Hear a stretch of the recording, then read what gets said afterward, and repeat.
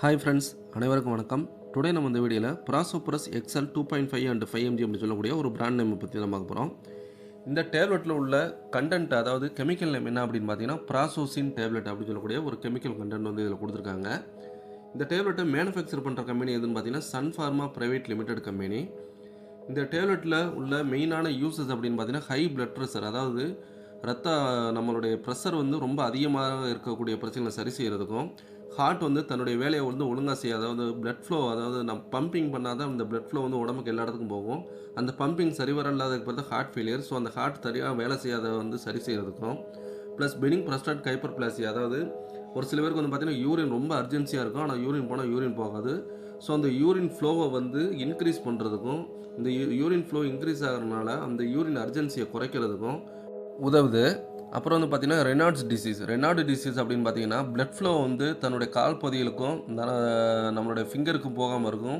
அதனுடைய எஃபெக்ட் என்னன்னு பார்த்தீங்கன்னா காலோட டோ, அதாவது பெருவிரல் வந்து காலில் இருக்கிறதும், ப்ளஸ் கையில் இருக்க வந்து கைவிரல் வந்து பார்த்திங்கன்னா மறுத்து போன மாதிரியும், ரொம்ப கோல்டாகவும் இருக்கும், அதாவது ரொம்ப கூலிங்காக இருக்கும், கோல்டு டெம்பரேச்சராக இருக்கும்.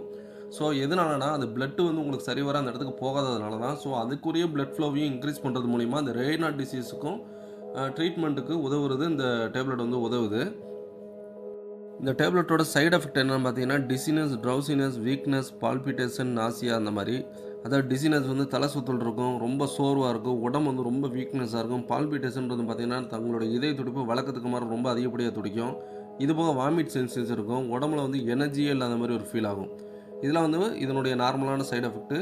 மேக்ஸிமம் மோஸ்ட் ஆஃப் எல்லாருக்கும் இருக்காது, ஒரு சில பேருக்கு வந்து இது இருக்கும்.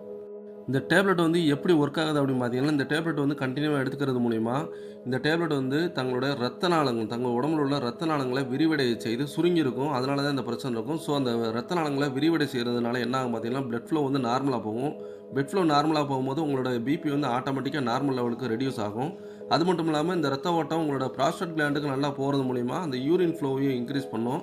யூரின் ஃப்ளோ இன்க்ரீஸ் ஆகிறனால என்ன ஆகும்னா, அந்த யூரின் அர்ஜென்சி எப்போ பார்த்தாலும் யூரின் அர்ஜென்ட்டாக இருக்கும், போனால் வராது, அந்த மாதிரியானதுகளை சரி செய்கிறதுக்கு இது உதவுது. இதுதான் அதனுடைய ஒர்க்கு.